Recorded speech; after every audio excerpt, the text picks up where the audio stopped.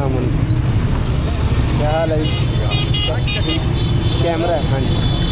कैसे अपना driver licence उम्र कितनी है? और पूरी है? लाइसेंस बन गया? हाँ जी। चलता वा?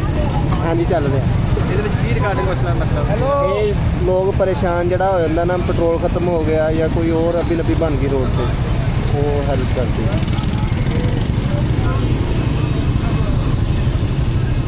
ਵੈਸੇ ਰਿਕਾਰਡਿੰਗ ਕਰਦਾ?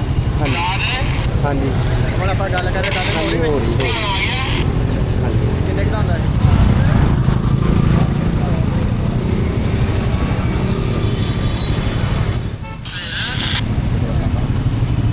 बहुत शुक्रिया जी, थैंक यू। ਗੱਡੀ